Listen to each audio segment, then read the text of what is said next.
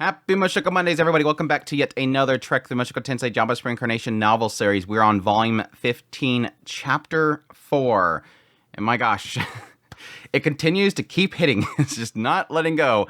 Yeah, as you can notice, new microphone. Hopefully things work out well with it. I don't know, settings might be good. We might adjust things over time or whatnot, but hopefully it sounds better. But we'll see. I'm just going to do a whole recording and then go, crap, it all was crap. But yeah, as per usual, greatly appreciate everybody that dropped by for the premiere. Hey chat, hope you guys are doing well. And thanks to everybody that supports the channel, either by kind words or those that support monetarily. Because for those folks that support monetarily, keeps things going, keeps the lights on, and can help me upgrade my stuff so we can get better audio quality, better video, all that kind of stuff. But yeah. Anyways, yeah, the last two Mushoku Mondays were a little bit of a chaotic thing, but we got through it, and we're just it's gonna, like I said before, it's just gonna keep hitting. Going into Chapter 4 has been absolutely nuts. I do have a couple notes to go through. Not sure exactly what my entire mindset was when I made the notes, because yes, Chapter 3 was, my mind was going everywhere. Like, their theories were going everywhere, but yeah. I did think a little bit more about the whole thing with Pedagoose and the archway, and I think I questioned a bit of it in the previous Mushoku Mondays, but I forget. And this idea that I'm really curious as to why Pedagoose has this archway that's looking for these certain individuals that have something about them, and there's a lot of them in the world, but additionally saying the idea that, yes, those, or at least being tested in the idea that does the word man god mean anything to you, or does it make you angry or whatever? Which I thought was odd, because technically when future Rudius talked to Pedagoose, he didn't know anything about the man god, but he said that, yes, Laplace was angered by it. But similar to what I was talking about back then with this idea that they were, it was brought to Pedagoose's attention, and then he started bringing up the idea of having a son, that specifically they wanted them to bring the son to them. I think that could be an aspect of them seeing some sort of predestination there in the idea that that person is somebody that Orsted's looking for. So it could be that Pedagoose just knows what Orsted's doing, and this certain thing is for finding those people, and Pedagoose is going to kind of point them in Orsted's direction. So yes, if they have a son, okay, they're probably the ones that's supposed to be with Orsted to take down the man god. Again, not knowing the full details of what Orsted's doing, but at least helping Orsted in some way. Which does technically play into what we will be talking about in Chapter 4, in this idea that, yes, technically those that have been displaced may be those individuals that have been sort of marked. Which, yes, plays into sort of my adjusting theories around Laplace themselves. I think with the idea that Pedagoose mentioned the man god to Laplace, and Laplace became angered, does technically put Laplace sort of in the same category as a lot of people that could have possibly worked with Orsted in order to defeat the man god. And yes, it does mean, with my ongoing inability to even trust any history anymore, yes, what is the chances that Laplace, the only reason that everybody's trying to kill Laplace is because this revisionist history. Now, I don't think that Pedagoose is going by other people's ideas of Laplace, so they may be going after Laplace for their own reasons, or it could be the idea that Laplace was tricked by the man god, and Pedagoose doesn't know about that, so he just wants to kill Laplace. And yes, my other thought that I had when I was editing the last Mushoku Mondays is, yeah, I think I made a theory in the idea that possibly Edis had killed Orsted, and that's the reason why Oldius never met Orsted. But there's the other theory, is the possibility that what if Orsted, in the time frame of Rudius's life, eventually found what they needed in order to go face the man god. Now, this doesn't make any sense, because supposedly Orsted's supposed to gain these items and then join up with Rudius's descendants, which would be several years in the future. But that could be the case. If Rudius was like 60 years old, there's a chance that he could have had, possibly several kids, and at that point, possibly been a grandfather. So it could be before Oldius eventually died, and technically he died because he went back in past and lost part of his body. So it could have been in that time frame, that at some point when Rudius finally started to go look for Orsted, without his descendants, went to go fight the man god, and then died. Or may have won, we just don't know about it. Anyways, that's all the notes I have. So let's carry on. Let's carry on into Chapter 4, Nanahoshi's Hypothesis. Now, I wanted to mention this is a pretty juicy chapter, so I'm not sure if we'll get to 5. I know that 5 is like super short, and there's not really too much to talk about in 5, but we'll see if I can get both of them in. Doubt the man god without opposing him. That's what his future self said. Reese found a lot of what the man god said to be dubious, especially Orsted wanting to destroy the world and it falling apart if he died. There was no way of knowing where the truth ended and the lies began. That's the difficulty thing that you have with... Now, I'm with the mindset of, like, don't trust anything, but who knows? Safe to say, he hadn't been completely honest with Rudius. Now, Rudius didn't want to assume that the parts that he wanted to be false were lies. That's technically a very interesting thing to think about. When you know somebody is deceiving you, when you know that somebody is untrustworthy, you don't want to assume only the things that you don't want to be true to be not true. That could bite him down the line. If nothing else, he felt the man god's irritation was real. I don't know. Don't know there either. His future self intervening took him by surprise. It also brought him dangerously close to classifying him as an enemy. At this point, Rudius felt like he had no choice but do what he told him. That's the funny thing is he says that it also brought him dangerously close to classifying him as an enemy. He was already an enemy. Man God was already an enemy. Either way, like, from Man God's perspective to Rudius to Man God, already were. In my opinion, already were. Both sides already were. The Man God could launch all sorts of attacks at him from safety, leaving Rudius unable to protect himself or anyone that he cared about. It was best to become his pawn. I think I mentioned it before, but still, it's this aspect of like, Rudius, why don't you understand that no matter what, the Man God's in-game goal is going to be your death. In the end, you don't technically need Orsted to kill the Man God. He wants you to go to Orsted because, yes, in the end, one of you is going to get wiped out. That means he has one less threat.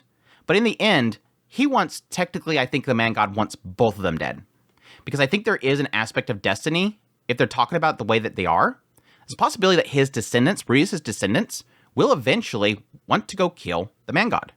Now, it could be an idea that, yes, technically they need Orsted to sway them to do that, but if their destiny is strong enough, even without Orsted there, it might still happen. Rudius couldn't stand the man, and I'm gonna get into this a lot because this whole thing is infuriating me. This entire chapter and the previous is infuriating me. How, again, I understand because he has that fear of losing his family, but still, it's like, please, dude, open your eyes. But I do think that later on in this chapter, he puts it into just the perfect way. Rudius couldn't stand the Man God and didn't trust his promises in the slightest, but you are.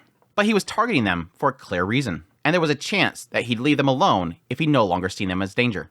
But he doesn't. He ordered him to kill Orsted, and Rudius found the story about his descendants joining plausible. His goal would be achieved as long as Orsted or Rudius died. It was the only way out. And again, I still think, theoretically, I still think that no matter what, is still going to be a danger to Man God. Rudius had to protect his family, and he couldn't get to the Man God. The Man God could just sit in the white void and send endless dangers his way. Orsted, on the other hand, existed in this world. It was hard to imagine killing him, and honestly, he didn't want to try. But from what the Man God said, there was at least a chance it might work. Again, I think he just thinks you're going to go in there and die. I think, honestly, right now, I think the Man God just believes that Rudius is going to die. Like, there's no way that he could beat Orsted. He's just going to go in there and die, and then Orsted doesn't have any allies. One way or another, Rudius didn't want to see anyone die because he made the wrong choice here, except for Orsted. The day... I'm just never going to let this go. It's going to be a long Mushoku Monday of me constantly criticizing every thought process of Rudius. The day after the encounter with the Man God, Rudius dropped by the Adventure Guild with Sylphie to mail his letter to Edis. They went to Pedagus's fortress where Rudius parted way with Sylphie and headed to Nanahoshi's room. When it came to seeking advice and assistance, she was the first to pop to his mind, probably due to his future self's words of consulting Nanahoshi, but she may know where to find Orsted. Rudius would need to fill Roxy and Sylphie in on it eventually, but he wanted to think carefully about how to explain it to them. He needed them to understand that none of this was their burden to bear. Technically, it is. It's like one of those aspects of, yes, it's technically a selfless thought process here, but technically they're all a part of this. They're all their lives are in threat. And a lot of that has to do with the fact that they're children that they bear. Now, it might require Rudius to be the father, but they all technically have the ability, in all sense, to produce children that will join Orsted. So it's technically their problem, even if he didn't know how to manage that. Hey there. Oh, well, you're back earlier than I expected. It was a few days after the last conversation, and she was not fully recuperated. Rudius offered a basket of fruits as a get-well gift. Fruit was expensive at this time of the year, but he was needing to ask for some help. Thank you. Those look good. You look rather serious today, I must say. Did something happen? I'll cut to the chase. I want to call in a favor from you. Okay, what do you need from me? Let me tell you what happened first. Just so you know, it's a pretty crazy story. Where do I start? You got some time? Oh, it looks like you're not going anywhere, so sit still. Let me tell you a story. But I promise you, it's the truth. All right. He carefully explained his visit from his future self, summarized the diary from the future, then his visit from the Man God, his obvious irritation, his claim of his descendants joining with Orsted to kill him, and finally, the order to kill Orsted. He told her everything. In other words, leaving nothing out. That is that nice thing, and I love how he kind of explains it later on, the idea that when he leaves the room, he literally feels like, it's similar to what happened with Roxy when way back in Volume 12, in that whole situation where he was technically going, I have a friend who possibly is from another place, and all this kind of stuff. And again, technically Roxy did pick up on it. What was great about that whole scene was that he felt like this gunk in his heart just oozed out. He never is able to tell anybody what he's going through. Rudius is like always in turmoil, locked in his own prison of his own mind because he can't explain this stuff to people. He can't tell anybody about the man god. He's afraid Orsted thing will happen again. He can't tell anybody about this destinies. He can't tell anybody about his previous life. He can't tell anybody anything. Nanahoshi is special. She's able to hear this information, and it's not too big of a deal. Now, granted, as we'll get into here in a minute, yes, they technically have to worry about the fact that Petagoose is listening, man god's listening. But he's able to consult with her. And it's the reverse as well. Remember, we keep hitting on the idea that every time she has a breakdown, he's the only one that she could talk to. Which again plays into Sylphie's issues with Nanahoshi, I think, is that a lot of that has to do with the fact that they have a special bond. There's something special about the two of them. When it was over, Nanahoshi sat in silence for a moment, holding her fingers to her forehead. Sorry, I need a minute to process all this. Time travel? Really? Yeah, he said that he came from the future. Is there any hard evidence of that? There was comments in Japanese all over the diary. Also, he knew my name from my previous life. What was it, incidentally? I don't want to say. Suit yourself. She's like, damn, I almost got him. I could have found out if he was a celebrity or not. I am curious why she wanted to know that. And again, it's technically one of those things of like, I just told you how that was the big evidence. And if I tell you, then somebody could deceive me in the future. Again, it goes back to the idea that he just doesn't want to reveal anything about himself. But I'm just kind of curious why she wanted to know that, unless it's just a passing curiosity. Suit yourself. In that case, are you sure this man was telling the truth? About what? His identity, for one thing. If he was a time traveler, maybe he was just impersonating you. His diary was identical to the one that I just created, and the first entry was exactly what I'd planned on writing down for that day.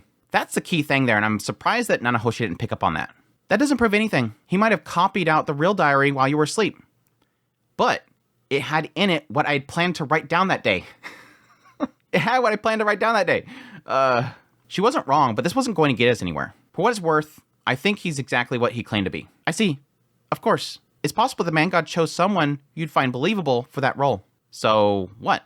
You think the diary was just made up too? And he was just pretending to be upset in that dream? I wouldn't go that far. I'm just wondering if you really think that the man god's trustworthy. Absolutely not. You're planning to follow his orders, though. What choice do I have, Nanahoshi? She sighed quietly. Then, with resignation in her eyes, she shifted the conversation. To be honest, Rudius, I've heard the bit about the man god from Orsted himself. Really? Yes, it was just after he nearly killed you. Oh, right. I didn't get any details, but he said that he was going to kill the man god, no matter what it took. He also mentioned that it wasn't possible right now, which again I think is that last Dragon General. He needs that last piece, and that's again why I think he's wandering around the world. He's trying to find that last piece. So that confirmed Orsted's plan to kill the man god. And he wasn't capable yet. Was what he was waiting for was his descendants to be born? Or maybe the fifth and final Dragon General to appear. Either way, the man god wanted to stop him before it was too late. It was all consistent enough. It made the man god's words more plausible. Did he really come up with all these convincing lies on the fly? Despite his irritation, maybe he thought it up and faked his anger. Reese was struggling to figure out which of his claims were false. Did it really matter what his real goals were, though? Not right now. Not to Rudius. Again, this bugs me. Again, this bugs me. It's like, dude, yes, it does. Because what if killing Orsted destroys the world? And now that to somebody would not be, even to me, it's not as plausible. Doesn't make sense that Orsted dying would destroy the world. Could. If maybe there's a particular individual to each world that sort of keeps it together. I mean, if it's just as plausible, there's a person in the middle of the six-sided world that will cause it all to fall apart if they die. It's just as plausible that each one of these six-sided worlds had somebody that their life held it together.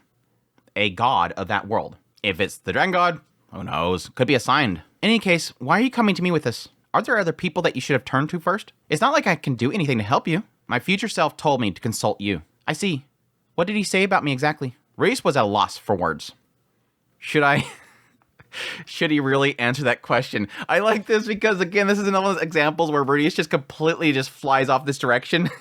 And the person they're talking to is like, that's fine, okay, but that's not the point. It's like she's not at... Now, there's a side of me that when I read that part where he's at a loss for words, I'm like, oh yeah, that's right. He might tell her this. But yeah, she's not asking that. She's asking, what did your future self say about me in regards to consulting me?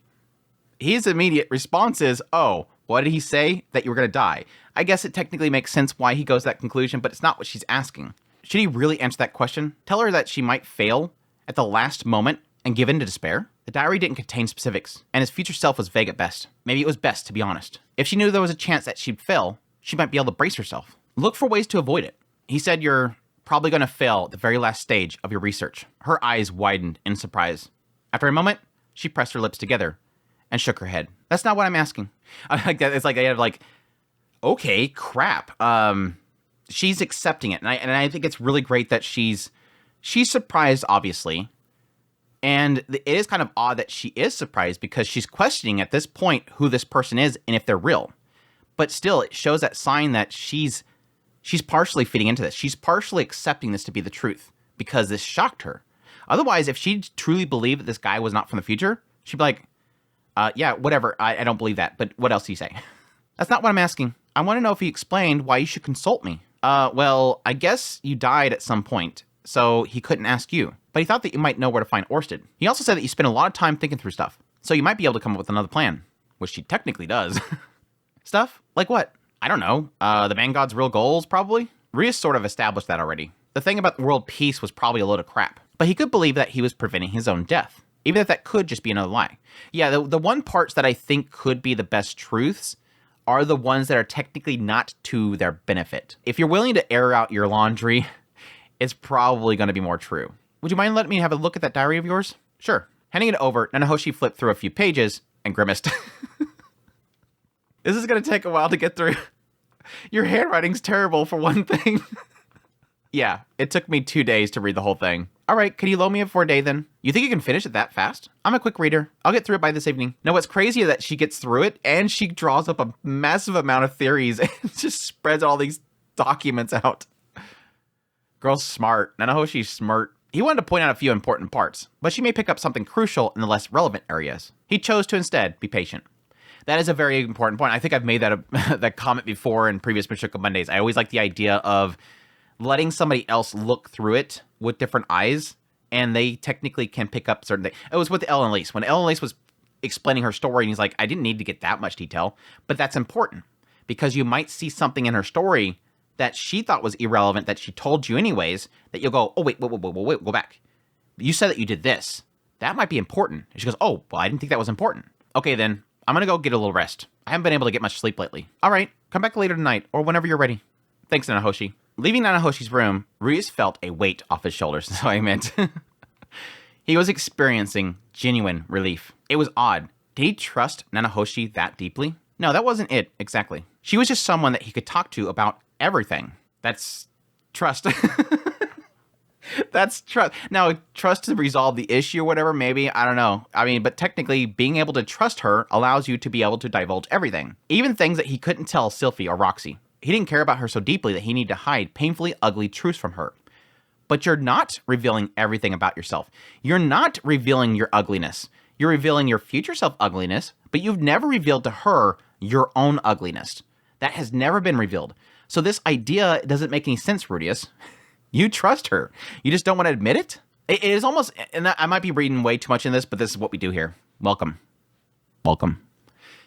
I might be reading too much in this, but there is an idea here of like almost like him trying to create a reason why he's going to Nanahoshi and not Roxy and Sylphie. This idea of it's not as if I put more value in her than Roxy and Sylphie. It's that I don't mind showing her my ugliness because I appreciate these two more. No, I think if you're willing to show your ugliness, that shows a massive amount of trust. And he even gets into it later on in the idea that he's struggling with the idea of pushing Nanahoshi because he doesn't want to break a relationship with her. It's almost as if he has this trust with her that he doesn't want his own mind to think is an idea that there's something special about Nanahoshi than anybody else that I can't do with anybody else. That technically makes her more valuable. Maybe that was what allowed him to turn to her for help with problems like this. And again, I think that she's the only one that would technically trust all that stuff to be true. He thought, I was a pretty cold person sometimes, wasn't I? Now, this is the only thing that goes against my theory there, is the idea that he goes out of his way to kind of point out that he is kind of disgusting for this. Here's my mindset. It's because I'm not worried about destroying my relationship with her by showing that ugly side of me. And that's kind of cold that I'm going to her, specifically in my own mind, going, well, I don't mind if I destroy that. Rudeus knows Ariel, Zenoba, Cliff, Sylphie, and Petagus in the courtyard. Sylphie was positioned in front of Ariel and talking directly to Petagus with her head held high. It was hard to believe that she had ever been that shy, bullied kid back in Buena Village. Still, Rudeus' future self said that Ariel would fail to gain Petagus' support. She'd head to Astra and be defeated. Sylphie would accompany her, and they would all die. He probably needed to lend them a hand. He'd accepted that possibility when he married Sylphie. First things first, though. His first priority was dealing with the man god. I didn't think about that, but yes, after reading this chapter and where Rudeus' mind goes to, I wonder if there's a possibility that Rudeus will eventually go off to find Orsted, and while he's gone, Ariel leaves. Which I don't know that would happen. I don't think they would have Rudeus be somewhere else, and then pretty much Sylphie plays out what future Rudeus had to go through, that she would go off. I think there's a possibility that before Rudeus even leaves, he tells Sylphie, don't go.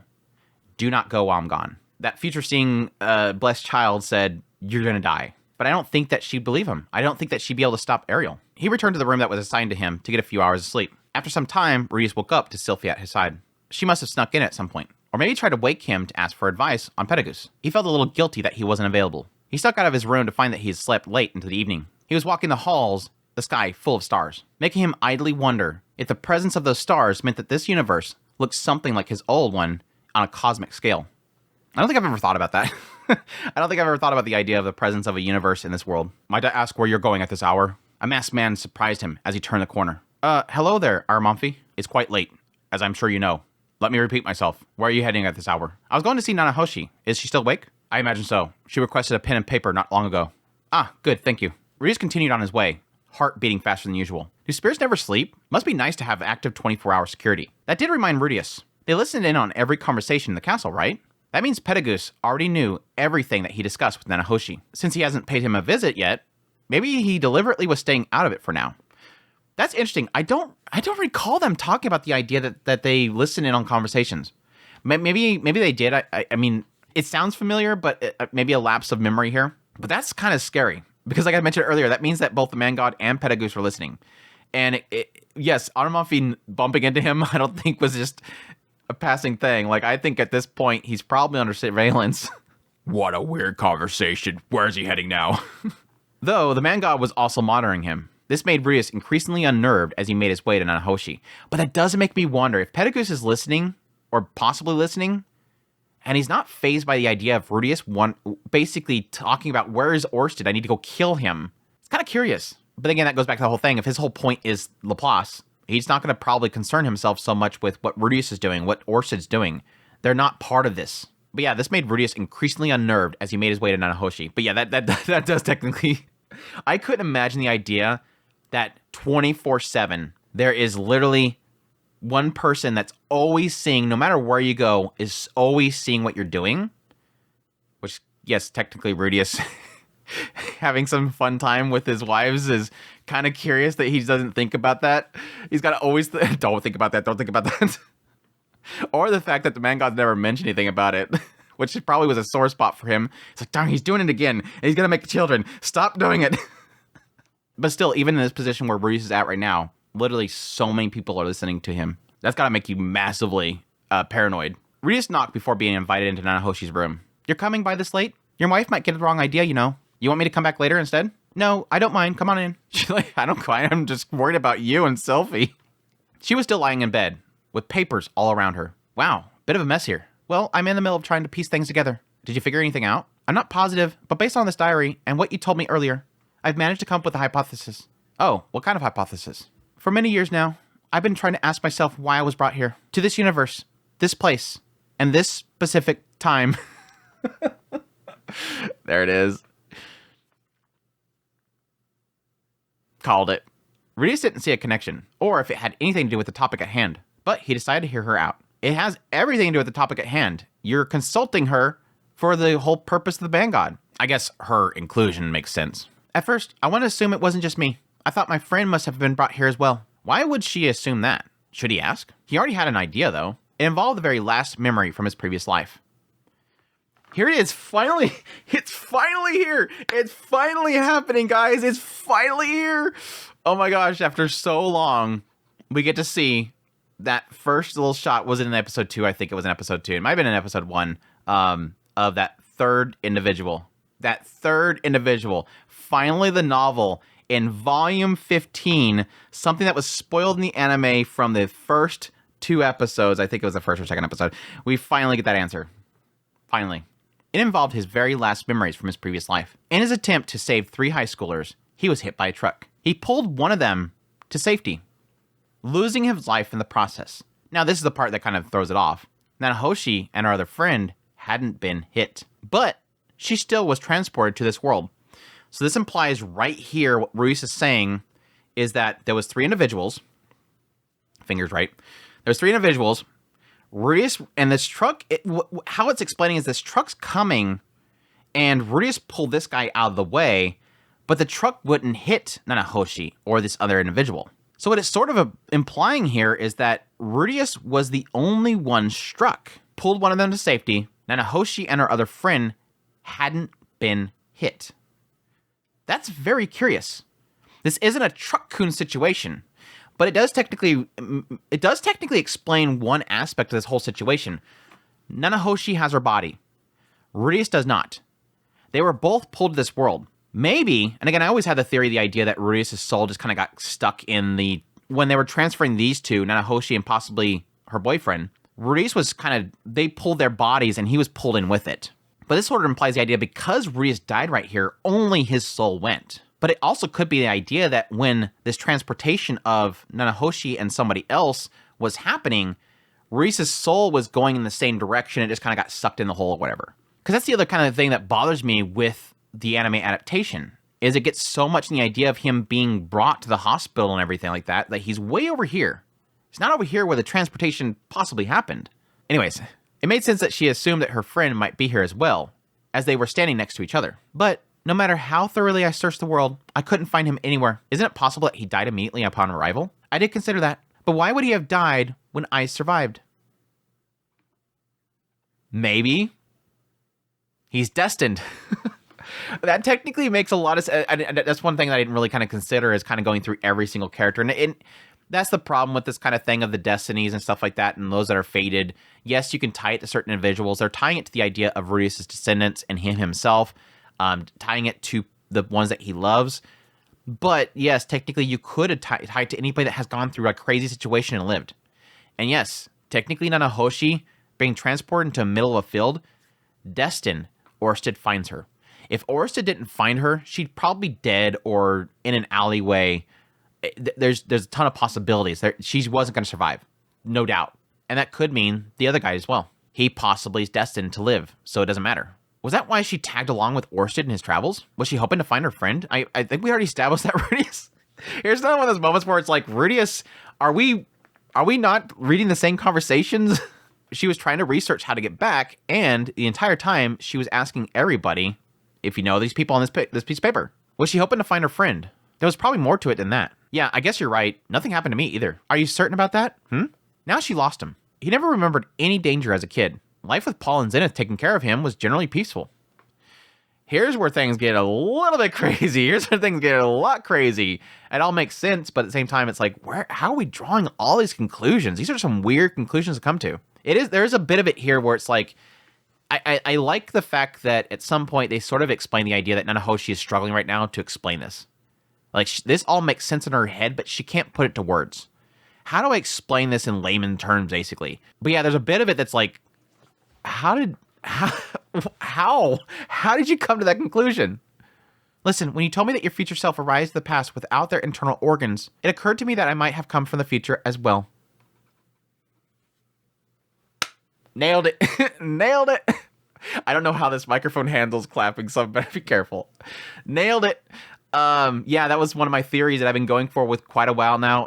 Maybe it wasn't for a while. Maybe it was something recent, but yeah, this idea that because, again, teleportation and summoning, well, no, it was because Aldius talked about the idea that he knew that teleportation had some similarities and it could use it for time travel. Again, going at that idea of they weren't even certain what that that whole displacement incident was. It looked like the same the color itself is the same as teleportation, which is the same as summoning, which is the same as apparently time travel. It all is a transportation. No matter how you see it, teleportation, summoning, and time travel, they're all the same because it's just moving object to location, time. Wait, what? So you think it's the same universe as we were in before? And this is just a distant past? That would be weird. I was like, are we doing that? Are we going to do that thing? Are we going to do like a kamikatsu kind of thing where it's like, yeah, it's technically our world, but it's like thousands of years in the future or something like that? Or technically past? No, I'm not saying anything like that. I'm sorry. I'm not sure how to explain this. You remember that the cause of the displacement incident hasn't yet been established, yes? Didn't that happen as a side effect to your arrival here? Right, but theoretically speaking, merely teleporting someone into a field shouldn't have caused a disaster like that. That made sense. But she was brought from another world. That probably had something to do with it, right? Yeah, that technically is what has been sort of been pushed in the theory here that they've been kind of developing, is idea that how much mana it takes to summon a watermelon from our world to this world takes a lot of mana. It's a massive amount of mana. Ruiz, every time he puts his hand on those circles, it's just draining from him. I don't know, Nanahoshi. When my future self traveled back here, it didn't have any side effects like that. Yes, it did. What? Seriously? Half of the man's internal organs were missing, if you recall. Yeah, but wait a second. Was she saying that all of his organs had disappeared for the same reason that all those people did for the displacement incident? Traveling 50 years back in time exhausted your future self's supply of mana. Well, not completely. He was still able to use a few spells. But he grew weaker every time he did so, right? He was an incredibly powerful mage, but he didn't even bother trying to heal his wounds. Now let's suppose that I was brought here from 100 years in the future. Presumably, that would require at least 2 times as much mana as you possess. Traveling back 50 years in time cost you part of your body. Where did those organs go exactly? Were they just left behind in the future? Well, let's consider jumping back 100 years. Surely you wouldn't get off without losing a few organs in that case. Would your entire body be left behind instead? That doesn't seem right, does it? I'd imagine that you would end up somewhere else. The same place those organs disappeared to, that is. That part didn't really make any sense to me, that she's specifically saying that you're going to end up where those parts end up at. Again, there's a concept here in the idea that there is a cost to this stuff. He was claiming the idea that the spell was a failure, and that it might be the idea that he was putting something into play that would offset those negative effects. But it is interesting to say that it's not just an aspect of him running out of mana. It's an aspect of there being some sort of other cause, like a negative effect to it, that he wasn't able to technically offset or at least counter. And where's that supposed to be? I have no idea, I'm afraid. But I think it's all a part of balancing process of sorts.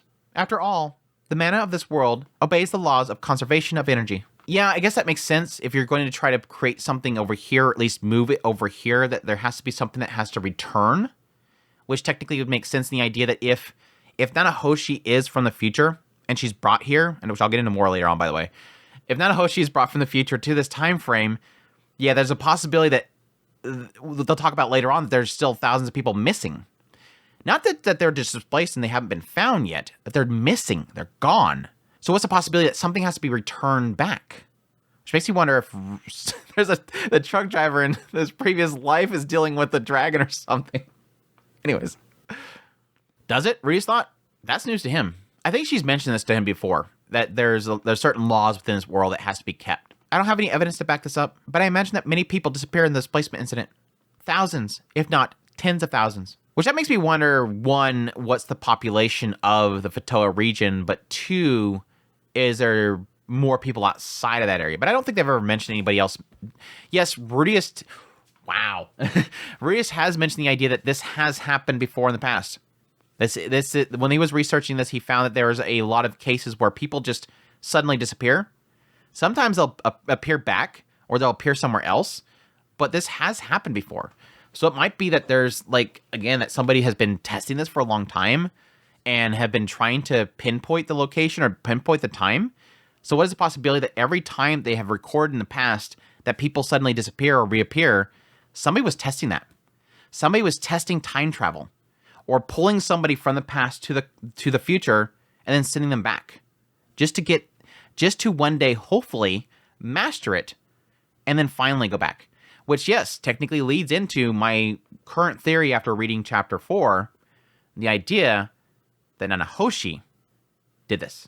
Nanahoshi was the one that eventually finds a way to time travel. And thus she sends herself back and possibly lost her memories. Or is trying to create this, and this is why I hate time stuff. And I was fine with Rudius. I was fine with Oldius showing up. I'm like, okay, they're creating a new timeline, that's fine. It doesn't affect the current timeline. It's just a possible future. But it's not his future. He can change everything. It doesn't cause those time paradoxes or whatever. Now we're getting that area where it starts to struggle with me. The idea, the possibility that Nanahoshi in the future, because she doesn't age, way in the future, at some point, she will, working with Orsted possibly, sends back what is needed. Sends back everything that's needed in order to take down the man god. Which doesn't make sense, because why would you send yourself back when you already sent yourself back and it was successful and it creates that time paradox? Hopefully not. But again, it makes sense that how does Nanahoshi do her experiments? She's testing. Pulls something over from over there. Slowly, trial and error. She's very trial and error. Slightly change things. Methodically. What if she kept pulling people from the past, sending them back? Pulling from the past, sending them back. Getting that exact time that she'd need to go. Then she goes herself. And possibly, because it takes so much mana, and yes, when the displacement incident happened, they were talking about this big, massive buildup of mana. What if, just like with the crystals, she's in there, incubated, like I've talked about before, in that little red orb or whatever that Saros pointed out to Rudius? What if the possibility that when she was in there and that mana was building up and she's being transported, that mana messed up her memories? And so all she remembers is her past life.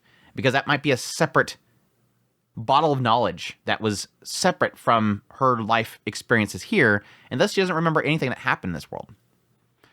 Again, I hate these chapters because there's so much crap. There's so much theorizing happening. But anyways, I'm getting so far ahead of myself.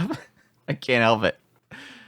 Now, tell me something. In the immediate aftermath of the incident, did you notice anything wrong with you? Perhaps you were very low on mana for no apparent reason. There goes my theory. There's another ding for my theories bucket I've been holding for a long time, that Rudius had to come there to the displacement incident and need that last massive amount of mana. Rudius remembered him and Edis meeting Reserved and going to Rikarisu, but he didn't remember anything strange.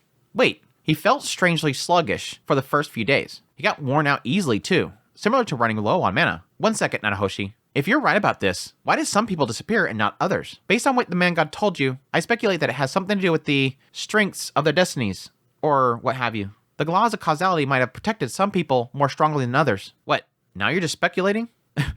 Like, this whole thing is speculation, Rudy. What the hell are you talking about? Again, it's hypothesis, but still, it's still the same thing. I mean, she's literally going with what you tell her. Why is this the one thing that you're like, what? Now I don't like these. I don't like theories when they don't work with yourself. This entire theory is completely speculative. I did say that it was just my hypothesis, remember? His destiny was strong, as well as the women in his life. Maybe that ran in the family too, which explained why his parents and his sister survived. Or maybe he was slapping a convenient reason to random events. Okay, so what's the bottom line here? That you came here from the future? That's not the point. It's more that... how am I supposed to explain this? She was practically tearing her hair out, struggling to put her ideas to words. Again, it's like that idea of somebody that's kind of, very good at analyzing things and putting them together and then having to technically explain it to somebody that's less informed. I'm guessing that at some point in the future, something established a chain of causality leading to the man god's downfall. A chain of causality? Right. And in order to prevent that future from being realized, the man god began to meddle with your life. Think back for a moment, please. When was your first encounter with him? Reese thought the first dream was the displacement incident. He remembered the man god saying that he was keeping an eye on him for a while beforehand. But yesterday, he claimed that he discovered him during the disaster. It was hard to pick out the truth from all of his lies. Yeah, I didn't actually think about that when that was mentioned. I mean, yes, it was the biggest shock there, and that idea of him saying that, like, yeah, when the displacement incident happened, that's when I noticed you. That's when I've been keeping an eye on you. That's when I suspect that's the moment that he's seen that there was a future there. Did you remember seeing anything odd in that period of time before the displacement incident? Reese remembered the strange red gem floating in the sky outside Saros' sex tower in Fatoa. It looks like something came to mind. Do you know when this oddity first came to an existence? Reese didn't know. Wait, Saros said something at the time. What was it? Oh yeah, he said. Reese said out loud, I found it 3 years ago. Yeah, that sounds right. I guess it was back when I was about 5 years old. Did anything happen to you at that age? Did you meet anyone important? Well, I guess it was when I got to know Sylphie. But that's the only thing that comes to mind. A few pieces snapped together for Rudius. At 5, he met Sylphie and grew close. As a result, Paul sent him off to the Fatoa region where he met Edis. On his 10th birthday, Edis and him were nearly intimate. The next day, the displacement incident occurred. Immediately after that, the man god got in touch with him was at the exact point when a future where he died came to be. Originally, you weren't meant to exist in this world, correct? Sure. Then why do you think that you're reincarnated here? How am I supposed to know? I think it happened for a reason personally. What reason? Someone sent us here, Rudius. Both of us. They sent us to this era as a means to change the future. So, pretty much a summon and a time travel. So what they're kind of assuming, and this is where it kind of gets a little bit shaky, but again, it kind of technically goes to sort of my theory about how Rudius was born in the world long before Nanahoshi came there. It does make sense that there's this time gap, that it's not going to be exactly precise. It would make sense that somewhere in the future, somebody summons them over and then sends them back. Like, we need somebody from another world to be able to handle the situation. It does seem kind of crazy that sometime way in the future, somebody's like, well, Orsted could have beat him if he had somebody that could fight at his side, and the only people that can fight at his side is going to be somebody from another world. So let's somebody from another world and send them back in time. That seems like a bit of a stretch. So there's got to be a lot more to this than this. And yes, technically going, I need to get somebody from another world and send them back in time, and I don't even talk to them. I'm just going to hope that they figure things out. There's got to be so much more to this. Who is this someone supposed to be? Someone from the future who wanted very much to see the man god die. This was starting to make Rudius' head hurt. Was she implying that they were all puppets for someone that wasn't born yet? Nope. Nope. Now, again, my two theories is going to be Orsted and Nanahoshi. Future, Orsted, and Nanahoshi. And I can see both of them possibly being around currently and later. I can't make sense of this, Nanahoshi. What are you getting at here? I think that you and I are necessary parts of a world in which the man god one day dies. That cleared up nothing, Rudius thought. It's possible that these descendants of yours summoned me here in order to create some tool or weapon they need to destroy the man god. And until I play my part by doing so, I can't return to my old world. Anything I try will fail. That's a good point. I never even thought about that. That's technically a good point. If not, and this is a lot of credit to Nanahoshi, by the way. So think about this idea that Nanahoshi this entire time is trying to figure out a way to get home. And then Rudius shows up and says, man, I talked to a future self, and he says to consult you. Here's all this information. And she's reading through this, and she's going through what he told her, and goes, oh, damn, I'm stuck here. Like, it's clicking for her. I think I was brought here from the future, and she probably already got the theory of time travel. I have no doubt that she's seen, by reading Oldius himself, what he was saying, goes, you know what? He's right. They're similar. I can see how you can tweak this in time travel. She knows a lot about these summoning circles and teleportation circles. She's probably picked up on really quickly, that's right, it can happen. And then adding on to that, the conversation with the man god and going, crap, destinies. That's why it keeps failing. Something keeps pressing it off. Maybe she's tried it before and it just keeps kind of messing up. Even when she's creating the circles, it keeps messing up or something like that. There's this idea that she's putting it all together. And she's trying to explain it to Rudius. But yeah, right here, she's realizing, that's right, destinies. I was brought here for this reason. And if I don't follow this path, I cannot leave. Until I finish this destiny, if I try to get off this path, I'm going to keep failing. Until I get this done, I can't go anywhere. That's got to be hard on her. I know that this conversation quickly just comes into what Rudius is saying here, and Rudius asking more questions, but man, I'm just thinking right now, what is Nanahoshi thinking? She's keeping herself very clear on what she's trying to explain to him. At the same time, I bet she's broken inside right now. How does that make any sense? I was brought here because I have to make a tool someday. Essentially, I'm a walking time paradox. Again, that's what I'm talking about earlier, where it's like, how does this work? Now we're going to start getting this whole thing where it's the same timeline. It just kind of messes with itself. What is, again, my theory and the idea that Nanahoshi sent herself back. And it could be her herself as an individual. Like, she was brought here, and then over time, she discovers this, sends herself back because she failed or something like that. And then it goes in that whole idea of what Rudius was talking, or what the future Rudius was talking about, this idea of being stuck in this timeless loop, which is so freaking tragic. If that's the case, if literally Nanahoshi is literally stuck in a loop, that's heartbreaking. She's supposed to build up, make that tool, time, and then basically send herself back in time so that it keeps happening. Otherwise, if she doesn't send herself back, and again, wipe her memories, she's going to this whole thing falls apart, and they're all dead. Ugh, if that's the case, that sucks. That sucks. And Rudius has got to fix it. Rudius has to figure out how to get her out of that time paradox. Rudius, you have to figure out how to get her out of that. Rudius tried to sort it out in his head. The man god was going to die at the hands of Orsted and his descendants joining forces in the future. That meant he had to have children. He's like, I like this part. He's like, side note, I like this part. From the moment that he met Sylphie and Roxy, he was destined to have children with them. This made sense because the man god went after Roxy. Maybe this also applied to Edis, since the displacement incident happened after they nearly did naughty things. The man god was victorious in the future where his family was wiped out. But it wasn't enough for his descendants to join up with Orsted either. They needed something else. Something Nanahoshi would create. That last tool from that last dragon general. And that was why she was summoned here 10 years after he had.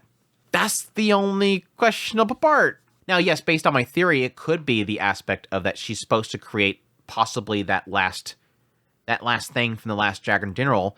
It could be that she is that destined Dragon General, and the Dragon Generals themselves create the thing itself. Or it could be an idea that it is, yes, technically both that time travel, summoning, and all that kind of stuff intertwined. That Nanahoshi coming here is the one that brings people in and sends them back in time in order to fight the situation. Maybe originally she was just brought there. Maybe it was only her that was brought there originally. Then after a while, she ends up creating things that protect the world itself. That would be a really cool twist, the idea that Nanahoshi, of all people, is the one that's eventually going to save this world. Like, what changes? What changes her mind that she'd eventually stay there and save it? Unless it's just destiny. Maybe that she realized at some point that she can't leave and that she has to fix the world before she can eventually leave. But it would be cool, the idea that she eventually likes the world so much that she wants to protect it. There's so much, get so much crap. So many, my mind goes so many places right now. These chapters, my brain's everywhere. But yeah, that's interesting that he points out specifically that it wasn't enough that the descendants joined up with Orsted either. So he's saying, okay, I'm coming here. My family eventually joins up with Orsted and they fight the man god. But he says there's something else that was needed. Something Nanahoshi would create. So that's why she was summoned here 10 years after he had. That doesn't make any sense. I think it's just a placement difference. He says, which meant they weren't just summoned, they were sent back in time as well. So again, sometime in the future, they were summoned there and they were sent back in time. Maybe someone had done this intentionally. Maybe it was just some strange byproduct of the principles of causality. They had no way of knowing from either end. But if Nanahoshi was correct, they reached this world as a result of someone in the future. Which, yes, at this point, it fits in with everything. Like if we've established they're summoning, because this whole story is them summoned to this world. if we've established that there is summoning, if we've established there's time travel, you can establish that there's time travel and summoning at the same time. Again, they've pretty much established these circles. The concept behind teleportation is everything, is all of these things in one. It is just taking object, sending it to destination, and now at a time. That meant that these events happened before they came here? Had the future come before the past? Yes, technically from Rudius and Nanahoshi and possibly whoever put this together, yes, it is technically the past. Which technically is a really cool way of getting around that idea of, messing with time. And yes, technically the safest way to do time travel in a story is to say, when you time travel back in time, you go to this different branch. And thus everything here is different and here doesn't change. The other good way of doing this is the idea that it's almost like this ongoing thread. So that yes, when you time travel, the timeline keeps going forward. You're not going back in time and changing all this. You're just basically reversing it, and then you're continuing on, and thus you don't need to do it again in order to keep it going, if that makes sense. I know there's probably a name for that theory, but it's basically this ongoing thread. It just keeps going forward. You're not going back in time. You're just resetting back here, and you just continue going forward. Thus, you don't need to keep repeating it. All right, I think I understand your hypothesis. That's good to hear. Sorry, I'm so clumsy at explaining these things. It was an interesting theory, although not very reassuring. Basically, it means that the man god was probably telling the truth. My descendants really will team up with Orsted to kill him someday. Yes, I suppose so. Okay, then let's get back to the main topic. What main topic? How I go about killing Orsted. I love reading this part because it's like, literally, I'm like, Oh my gosh, Rudius. And then at the same time, literally the next line is that Nanahoshi's like, oh gosh, okay, I guess I didn't explain it right. All right, Rudius, let's go back to the first thing that I was talking about.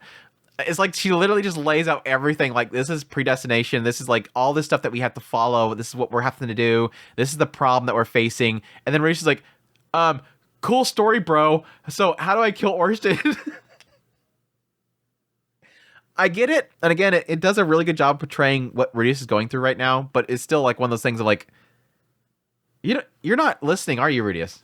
Like, this is bigger than you. Like, this is that struggle. The idea of like, I like it because it's this is literally Rudius. This is Rudius playing through. He is not the hero. Rudius has never been the hero. He is not going to be the hero. That is this story. Rudius, the not hero. I would be more, I think I would be more like surprised if Rudius goes, okay, then we need to kill Man God. Because this is Rudius' mentality here. All I care about is my family. All I care about is going home to finding them dead. Right now, I have this person sitting outside. It's literally like Rudius, here's Rudius' house. It's like, here's your house. And then, you know, maybe like 2 blocks away, there's this big, tall tower. At the top of that tower is this person with a rifle. And he's got the scope on you 24/7. And he's waiting for you to do something wrong. And he says, you got to do this one thing. And he's constantly watching you. And you never know when he might pull that trigger. That's literally what Rudius is going through right now. When is that Man God going to pull that trigger? I need to do what he tells me to do. He's not thinking about, oh, there's a great destiny. I got to go do this destiny. Now, the argument against that, the idea that, but you're destined to take him down. You're destined to take that guy down. But Rudius doesn't know if he can trust that. I don't know if I can trust the idea that Sylphie and Roxy and everybody else in my family is going to be safe if I go against him. He doesn't know how he nearly lost Roxy. So obviously that destiny thing isn't perfect. That's the fear. The Man God won that time, and he's probably going to win again. So I have no choice.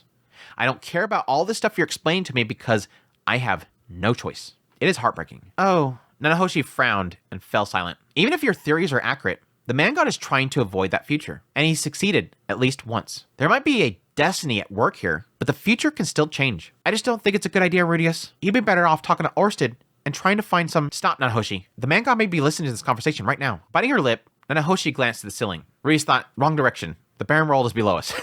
Stupid little jokes in the middle of this. Like, it's a super serious moment. He's like, no, it's below us.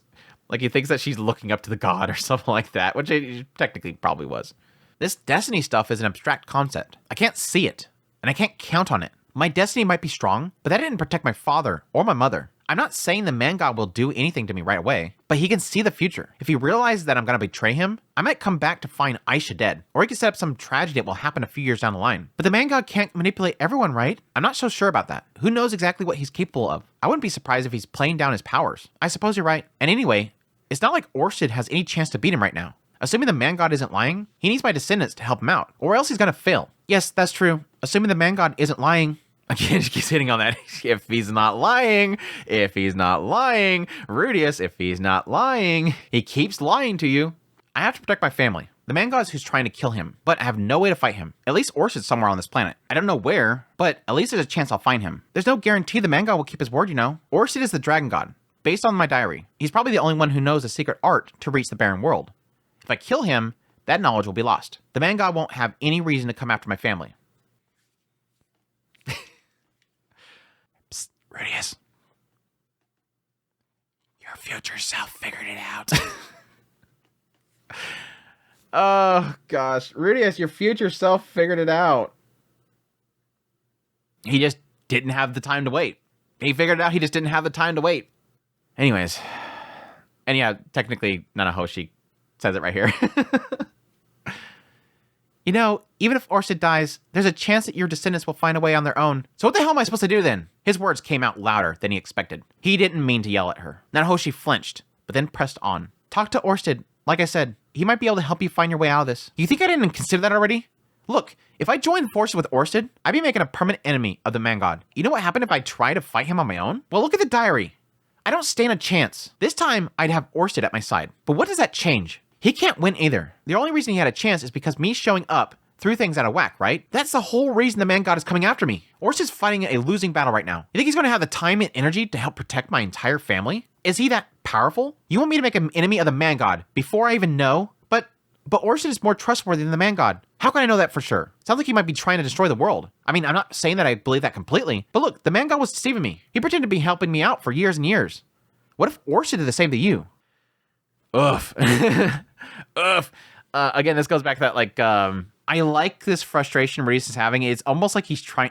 This is one of those moments where it almost feels like Rudius is trying to explain it to himself. He's outbursting to Nanahoshi, and Nanahoshi's like, but logically speaking, you're not doing the right thing, Rudius. Like, this isn't the path you should be going on. Rudius, open your eyes. And Rudius is over here going, but he's going to kill my family. Is Orsted... You want me to rely on Orsted? You think Orsted's going to come home with me? You think he's going to stand outside my door 24/7? You think he's going to notice the rat when it comes into my house? You think he's going to protect my family? You're telling me to rely on Orsted? The moment I choose that, the man god goes after my family.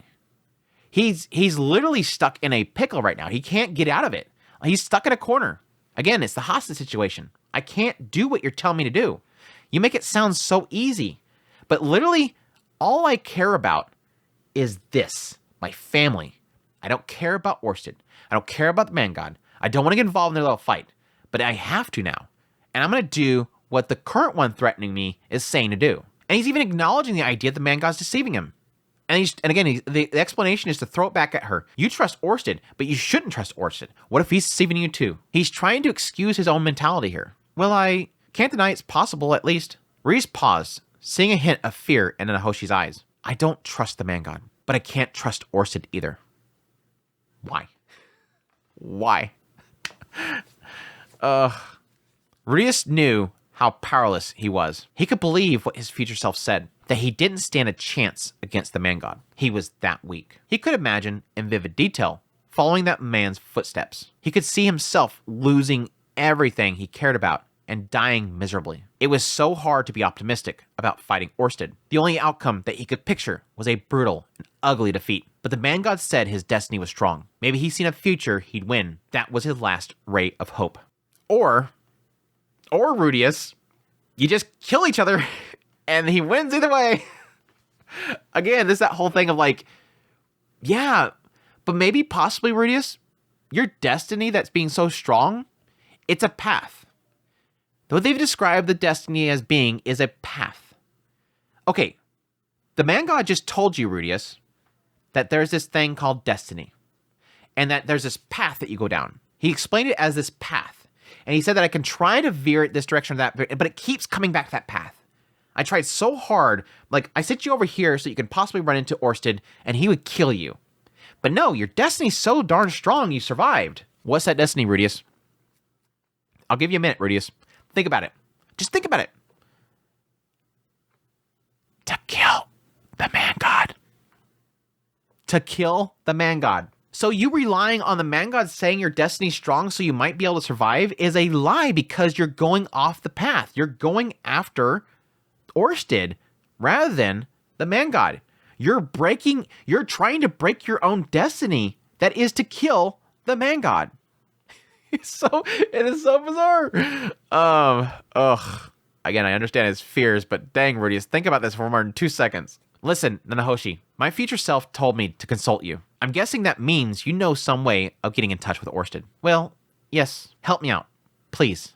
I need to kill him. But he's done a lot for me. Nanahoshi's eyes darted away. She was clearly flustered. Orsted was the first person that she met in this world. Probably saved her life many times over. Just like Rizurd saved Rudius when he was stranded in the Demon Continent. It was hard to betray someone you owed that much to. Rudius would probably not betray Rizurd either, even if it costed him his life. He understood what she was feeling. And yet you're pressing her about this. And yet you're saying, give me the keys to killing your friend. Look. He understood what she was feeling. And normally he would give up in order to maintain a good relationship with her. But he wasn't going to back down. It just wasn't an option. Yes, it is. It's always an option.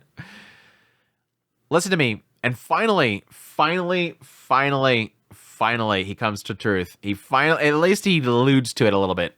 Listen to me for a minute, Nanahoshi Shizuka. Before I came to this world, I was a complete waste of oxygen. I don't know what you think of me as I am today, but in my previous life, I'm someone that you would have despised, and for a good reason. But you know what? I was reincarnated here and made a fresh start. I screwed up plenty of times, and it costed me dearly sometimes. But I learned from those experiences, and now I have a family that means the world to me. I just want to keep them safe. So funny. I was garbage back here. I had nothing back here. I was a waste of oxygen back here. Then I was summoned to this world. And now I have all this great stuff. And I want to protect it. Why were you summoned here? Who gave you that? Why do you have all this stuff? Because you were summoned to do this one thing. But now I don't want to do that. I don't want to do that thing the reason why I'm here and I have all this great stuff, I don't want to do what I was brought here for possibly. Possibly. It's funny. And it is a struggle. That sniper analogy, I think, is the perfect way to kind of put it. When is that trigger going to be pulled? I have no choice. Rudius lowered himself to his hands and knees, pressing his forehead to the ground. Please, I'm begging you, help me. For all I know, the man god could have a change of heart tomorrow. I don't want to waste any time. I don't want to come home one day to find my family lying dead on the ground. Again, he lived that diary.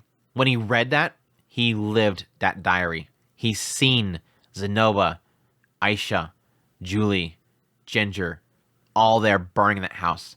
He's seen Roxy turn to crystal. He's seen Sylphie hanging up with a missing arm and a gash in her face. He's seen Edis dead on the ground.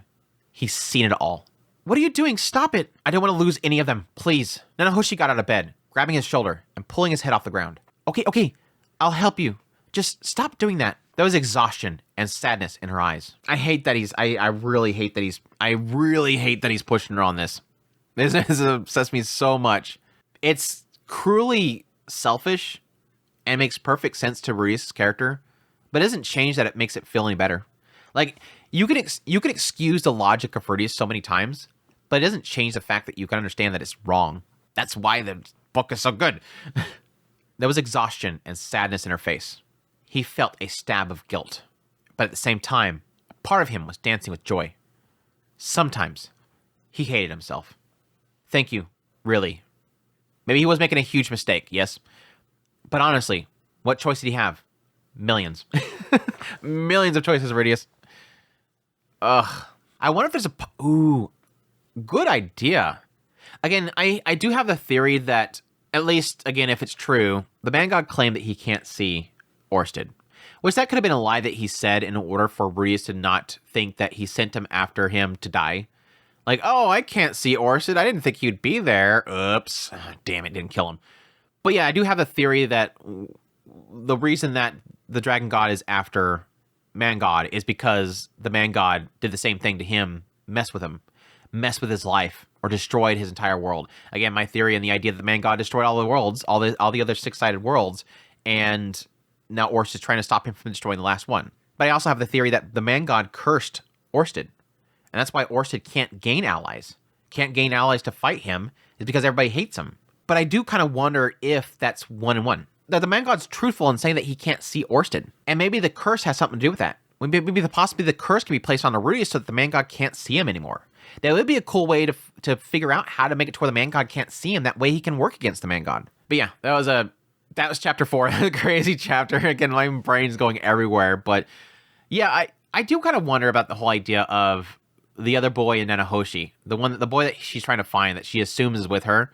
And I kind of had a curious thought process that what if the two of them were summoned and sent back in time, and the idea was that Nanahoshi and that boy, being a couple from another world, were possibly brought as a couple in order to produce descendants that would fight with Orsted.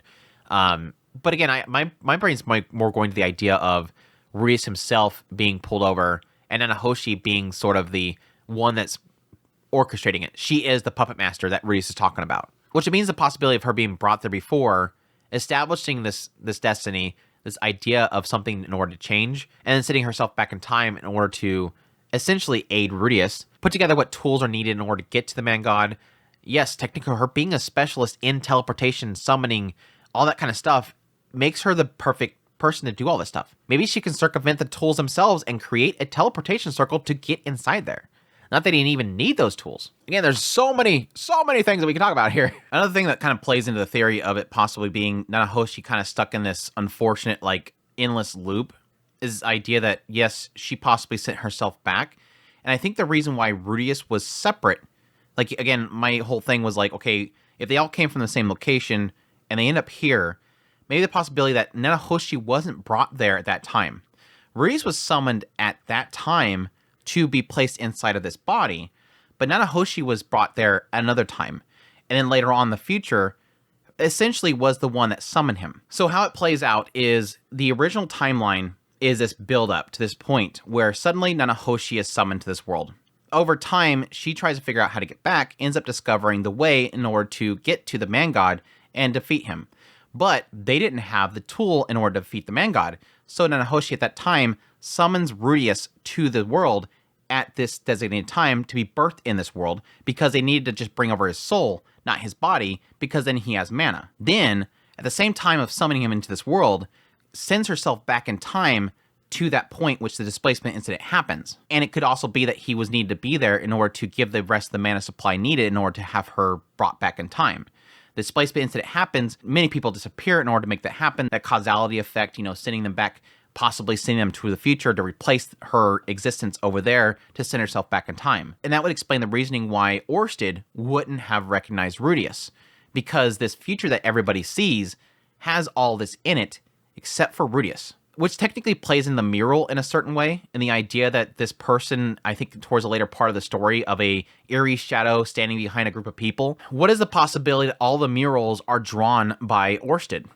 Again, what does Orsted say? He sees everybody. He sees Edis and everybody, but he doesn't see Rudius. He doesn't see Rudius in this future that will transpire that he goes and kills the man god. So as he's drawing all these murals about what's going to transpire, the one thing he can't draw in that memory of what he has of the future is this person standing behind a group of people, his descendants. He sees Rudius' descendants, this group of people, but he can't see Rudius. Again, the floating stone being the Pedagogus' fortress, two people cuddling together with a baby could be Rudius arriving there. A fallen shadow, Rudius being summoned there into the body of this child. It all kind of plays together. And again, I can go down a million rabbit holes, but as usual, I'm going to keep myself held down because sometimes it just kind of runs into dumb directions. But let's continue. Let's get chapter 5 done. Hopefully I can get chapter 5 done. Chapter 5, A Letter from Afar. Edis is in the chat. We have an Edis chapter, and it's not an extra chapter. We have an Edis chapter, and it's not an extra chapter. She's finally in the story. That's what it kind of feels like. These extra chapters always feel like side stories, not part of the main story of Rudius' life. And now we finally have it. She's in here. She's in the middle, sitting in the middle, ready to be a kind of part of it. And the far west of the Northern Territories was the Sword Sanctum. In a field near the Great Training Hall stood a woman in swordsman clothing. Her light shirt and black pants were clearly chosen for mobility in mind. Over these, she wore a traditional overcoat granted to the sword saints of the sword god style. She had 2 swords at her waist. Even at distance, the longer of the 2 was distinguishable as the work of a true master. That's that blade. She got it. From the quality of her weapons alone, it was clear that she was a high-ranked student, one of few who have reached the rank of Sword King, in fact. Her intimidating appearance, along with her long, brilliant, red hair. She got her hair back. I'm sorry, I was so excited when I read this. I'm like, yes, she got her long hair back. I hate the short hair. I hate it. It was better longer. These in combination were reminiscent of a lion. 9 out of 10 people who saw her on the street would immediately step to the side on instinct. She was the Berserker Sword King. Nice title. The Berserker Sword King. And her name was Edis Greyrat. Very interesting. I guess the idea there is she's supposed to be just Edis. The way they explained it before was that she's just Edis. She gave up her name. She gave up her title. But yeah, it technically, later on, she mentioned the idea that he called her Boreas, which I guess that could mean it, that she gave up the name of the Boreas family, not necessarily that she gave up the Greyrat family. At the moment, however, she was looking down at her imposing outfit with a slightly anxious expression. Hey, Nina, are you sure I look all right? Yes, you're fine. You look very impressive, I promise. Really, Edis, the outfit's perfect. You're the very picture of a sword king. But Rudius used to say that he liked my frilly clothing better. Oh, for crying out loud. Edis, how exactly do you expect me to know what your boyfriend wants to see you wearing? Oh yes, I guess you wouldn't. Would you stop looking at me with pity in your eyes? You know, Gino and I... Ugh, never mind about that. Edis looking at her like, oh, I'm sorry, I guess you don't have a boyfriend. Nina shook her head before pointing a finger in the air. Look, it's not like you're gonna find clothes like that around here. You do remember where we're at, right? If you really want some frilly outfit, you'll just have to go buy one in the city. Yeah, true enough. It seems settled. But this was the 5th time today they had this exact same conversation. Anyway, I don't know why you're obsessing over your outfit right now. No matter how fast you go, it's gonna be a good month before you reach Jiraiya. I worry less about your clothes and more about making sure that you're clean and presentable when you see him. Make sure you take a bath, comb your hair, and put on a little perfume. You know men don't like stinky women, right? Rudius does. He never seemed to mind when I got all sweaty. Well, I do suppose that he had to be understanding if he found you attractive. Actually, I even caught him sniffing my sweaty underwear a couple times. He seemed to enjoy it. Yep. What? That man's a pervert. Edis scowled slightly at that remark. Rudius isn't a pervert. He's just a little naughty. He was getting off on your body odor, Edis. That's the definition of a pervert. Nina with the truth bombs. Edis brought her nose over her armpit. She was clean, with new clothes, so all she smelled was a faint scent of soap. He's not a pervert. Well, if you say so. Sorry, I suppose I went a little bit too far. Giselle's sure taking her time. I suppose the students might be squabbling about who gets to come along. Yeah, maybe. You know, Edis, I have heard a few rumors about your boyfriend now and then. What kind of rumors? They say Rudius Greyrat can make his own eyes pop out. I wouldn't be surprised. What rumor is that? Like him just ogling people, I guess?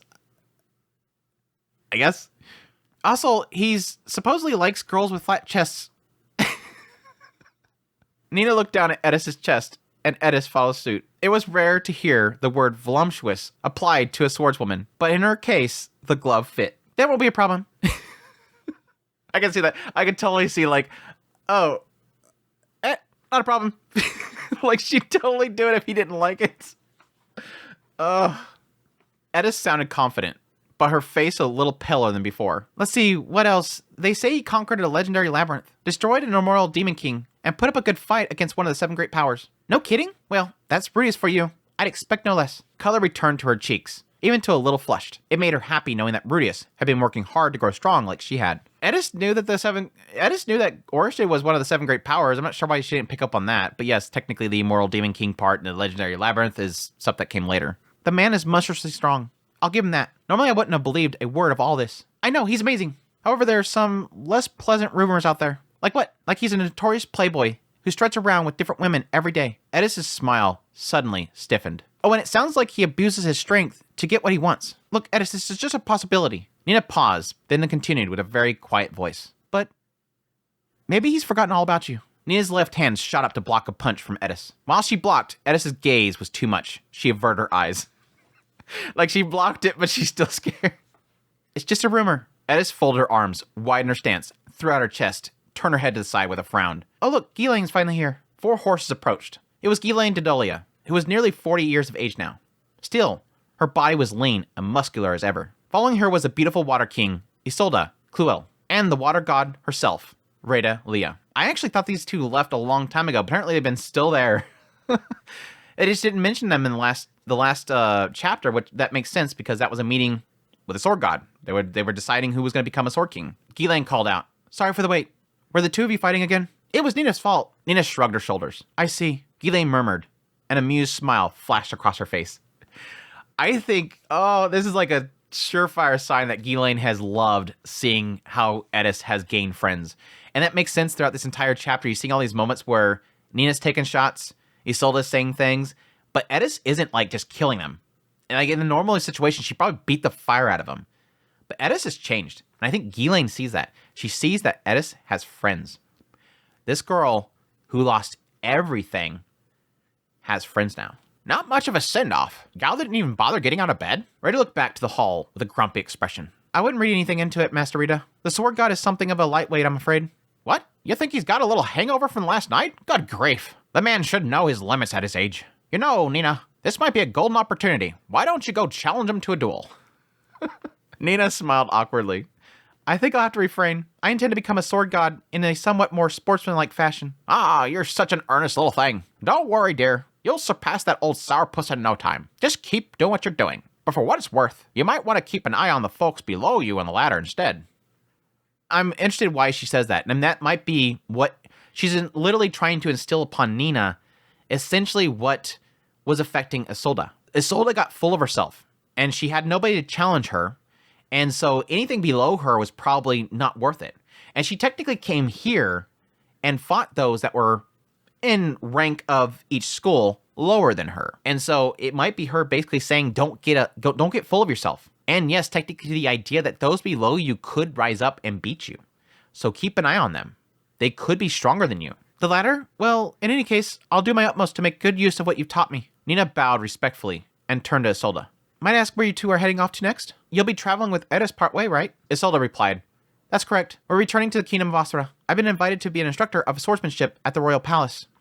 There it is. Yes, it was obvious that it seemed like the two that they were talking about that were in the Royal Palace at the time that Sylphie came there. I don't even know if I mentioned it at that time. That was the assumption. That was them two. Because, I mean, technically, the water god. So it was going to be at least Rhaeda. Was Isolde included in that? That was the question mark. But this, again, technically explains that the two of them are going there. Which, technically, if they're going with Eris to Shariah, if they're going to drop by there, if they're going to go part way. Now, they could go part ways and then break off, because technically, the Sword Sanctum being in the west, they could be going down south or something like that, and they break off from them. But I'd be curious if they go with them to Shariah, because we don't know exactly where they're on the map, if that would be somewhere they want to go in order to get supplies or whatever before they head over there.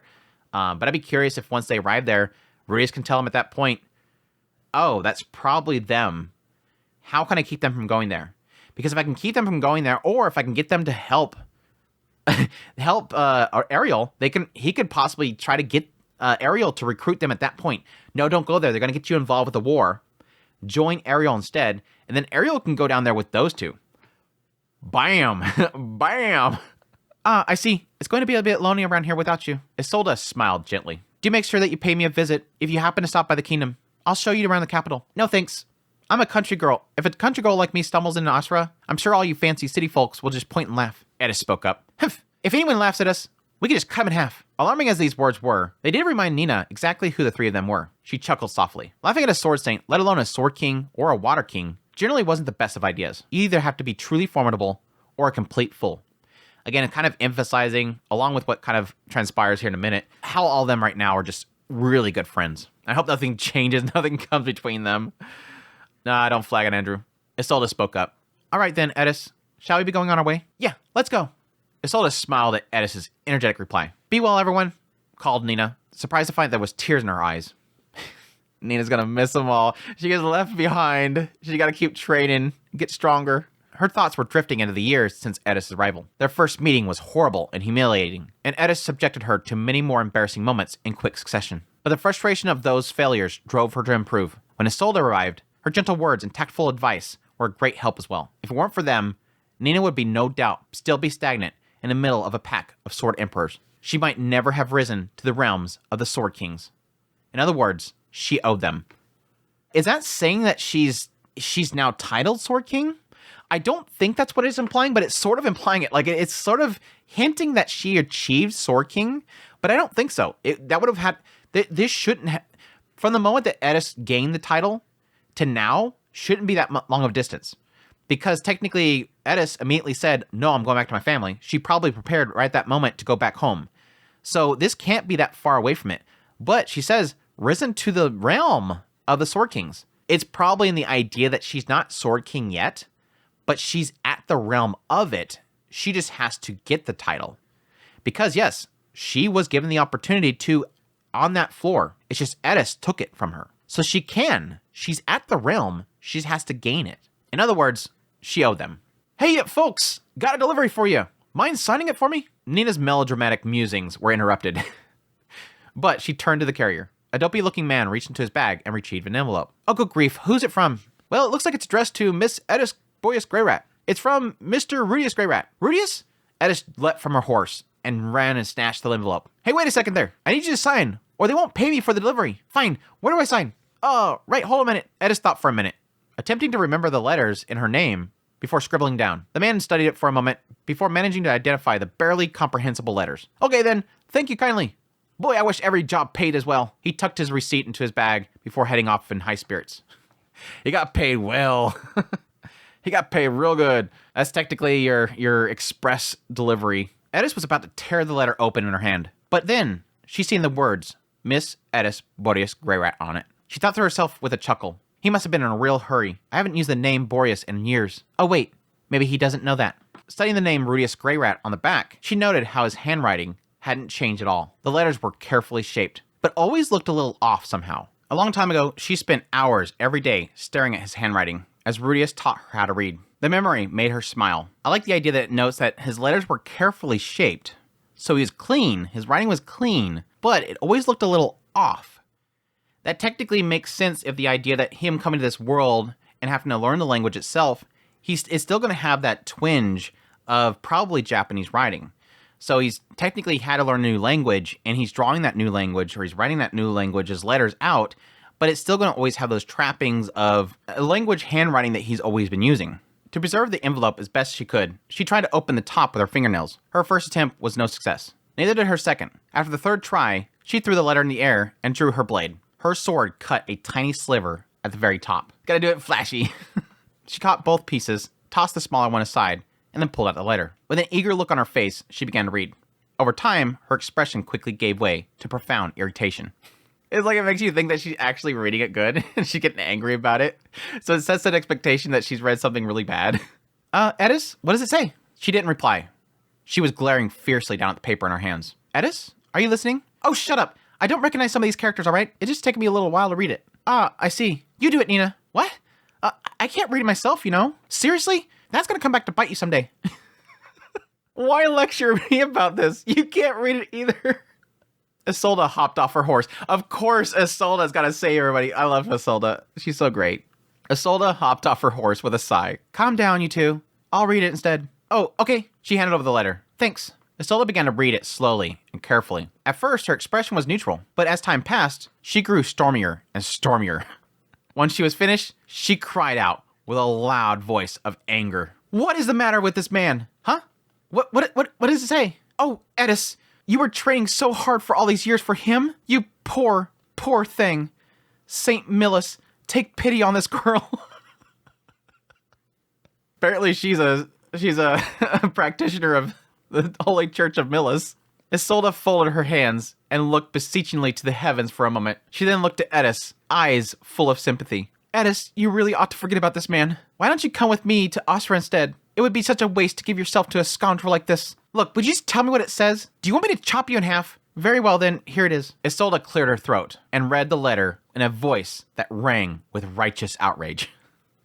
Dear Miss Edis, it's been quite some time, hasn't it? This is Rudius Greyrat. Somehow, it seems 5 years has passed since we went our separate ways. Do you still remember me? I certainly hope so. I know I haven't forgotten you, or the time we spent together in each other's company. During our first night together, I swore myself that we would stay together forever. I fully intend to stand by your side for the rest of my days, supporting you through anything life sent your way. But when I woke up in the morning, I found myself alone in bed. You were already gone. Devastated by your disappearance, I sank into a deep depression. The next 3 years of my life were bitter, lonely ones. Nothing I did felt meaningful. It felt as if I was wandering through a heavy fog. Of course, I don't blame you for any of this now, but I hope that you can at least understand how miserable I was at that time. As for the reason I'm writing you this letter, well, let's just say a certain someone recently mentioned you to me. Up until now, I was convinced that you had abandoned me to travel the world on your own, but this individual claimed I had misunderstood your feelings completely, that you'd never stopped caring for me or thinking of me. I have 2 wives now. Both of them pulled me out of my despair in moments when it might have crushed me. While I may have misinterpreted your actions, that didn't make my pain any less real, and they were there for me when I needed them the most. However,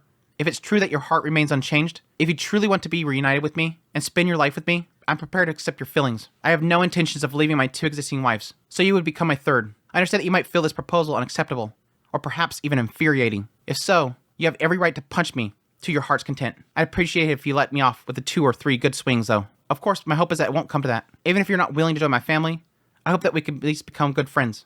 Sincerely, Rudius Greyrat. That was a good letter. That was actually pause. That was a good letter. Very good way, being very clear. This is what happened. This is what I thought. It broke me. This is my life now. I understand that you apparently have feelings for me, and I'll accept it. I'll accept that, but I need to be clear that this is what's going on. I need you to know that I have 2 wives. Edis was silent, not moving either. From all appearances, she turned to stone. Isolde took one look at her before resuming her earlier tirade. Well, there you have it. Isn't he awful? Having 2 wives is bad enough.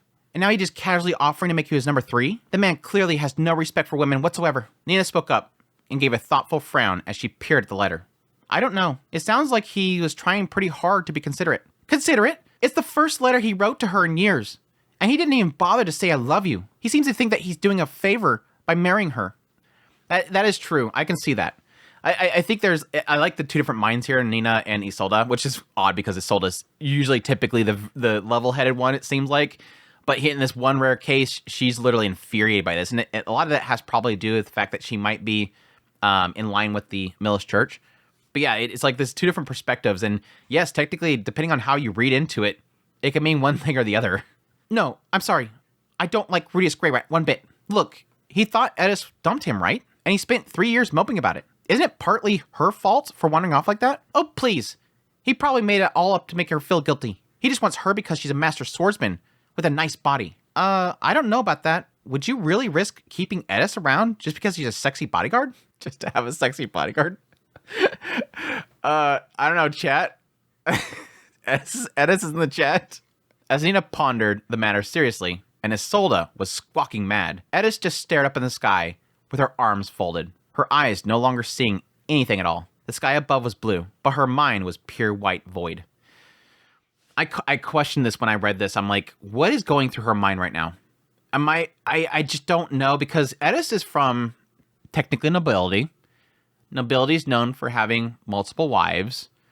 I don't remember back then her having the mindset of Rudius is going to have a bunch of wives. It was always kind of like just family. We're going to be a family. But technically, from her family standpoint, she should be used to the idea of multiple wives in a family. So there's like 2 sides of this. What is her thought process right now? Why does she have this pure inner mind right now?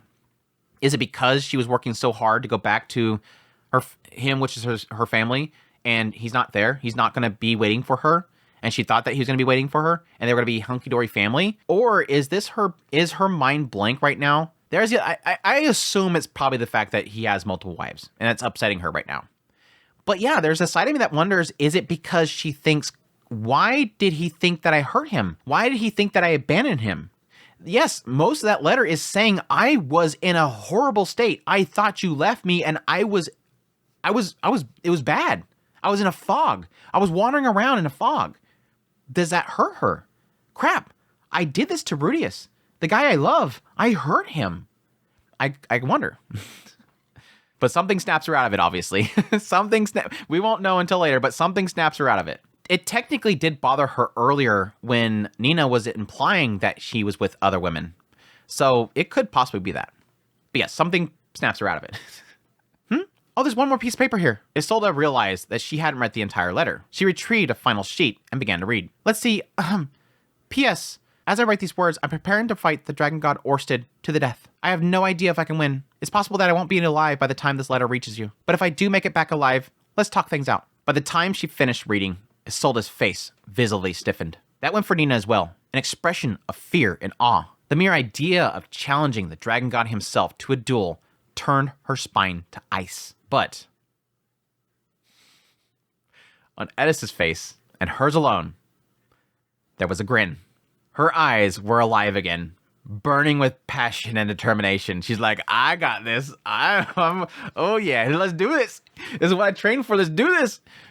All right, we've got to hurry if we're going to make it in time. Let's move, Ghislaine. She kicked her steed into motion, sprinting forward across the plain. Ghislaine hurried after her, barreling past the courier who delivered the letter, sending him flying to one side. Nina and Isolde just stood there, staring after them, too stunned to even blink. It's surprising they didn't mention what Rita was doing. Like, Rita's behind them going, there she goes. There that girl goes. She going after him. How intriguing. I want to go watch too. What if that is the trick? Like I mentioned earlier, the idea of like this being like this destiny, and how it can't be really kind of strayed beyond it. What if this is the thing that's already changing what we're seeing? Because yes, from the future Rudy's perspective, yes, the whole thing happens with Roxy. Then the whole thing with Ariel going off and possibly it being the idea that Isolde and Rada are there when Sylphie arrives. What if this is the thing that changed that path? What if Rada's like, sorry, never mind. We're going to go follow this boy because I want to see if they can actually beat the Dragon God. She's just intrigued by it. But yeah, that's chapter 5. Great chapter. Edis is in the chat. Super happy to finally see Edis in a main line chapter and possibly getting involved with this whole situation, which I assumed. I don't know. I just kind of assumed that if there's going to be a case where Rudy's going to confront Orcid, Edis has got to be involved. This writer has been building up Edis being involved with Orcid for so long. It's either going to be Edis going alone to Orcid, or Rudius and Edis are going to go. Or Edis is going to have to catch up with them. But really fantastic. Cannot wait to see what's going through Edis's mind right now. And I wish that we got a little more perspective here in what her mindset is. And I assume that, yes, she is torn up by the idea that Rudius has 2 wives now. I've never really pictured what Edis thinks of the idea of multiple wives. I would assume that she'd be kind of open to it because she grew up with it. She grew up with seeing all these noble families that probably have multiple concubines or wives or whatever, and so it would be acceptable. Not that she grew up with it. I mean, she probably had to know that Saros was with all these beast folk women. I'd assume that she knows about that. But it might be different when it comes to Rudius. I wanted Rudius to myself. I prepared all this for myself. But again, I still kind of wonder if part of that is that she's broken, that he was broken because of her. I hurt him. Because she was very mindful of that. She was always mindful of that. Throughout the entire volume 6, that whole perspective of Edis's chapter was talking about how he's fragile. He's amazing, but he's still fragile. So I'll be curious to see how that kind of plays out. But that's it for now. That's all we're going to cover for this chapter of this Mushoku Mondays. Hope you guys enjoy this Mushoku Mondays as always. If you did, make sure that like button before you guys leaves. And again, thanks to everybody that dropped by for the premiere. Hey chat, hope you guys enjoyed. As per usual, greatly appreciate everybody that supports the channel monetarily through kind words. I have a Patreon link, tips link, super thanks, membership, all that kind of stuff down there in the description. Greatly appreciate it. It's you guys that make this all happen, keeps the lights going, and I just cannot express enough how much it means to me. You guys are amazing. But until the next Mushoku Mondays, y'all take care.